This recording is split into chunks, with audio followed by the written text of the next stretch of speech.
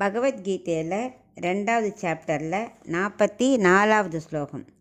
போகைஸ்வர்ய பிரசக்தானாம் தயா பஹ்ருத சேதசாம் வியவசாயாத்மிகா புத்திஹி சமாதௌ ந விதீயதே.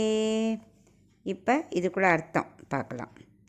கண்ட விஷயத்தில் ஆசை வைக்கிறவனுக்கு ஆத்மாவோட உண்மையான அறிவே ஏற்படாது.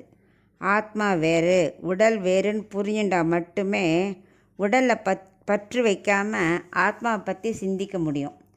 மற்ற உலக போகத்தில் ஆசை வந்ததுன்னா மறுபடியும் பிறந்து சம்சார சாகத்திலேயே வாழ்ந்து இருக்க வேண்டியிருக்கும்.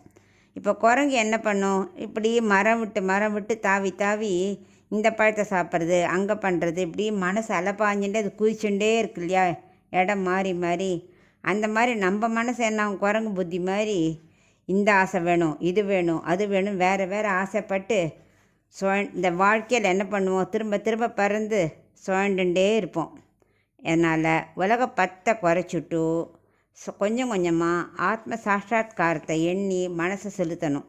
அப்போ தான் கர்மயோகத்தை பற்றி பற்றற்று செய்ய முடியும்.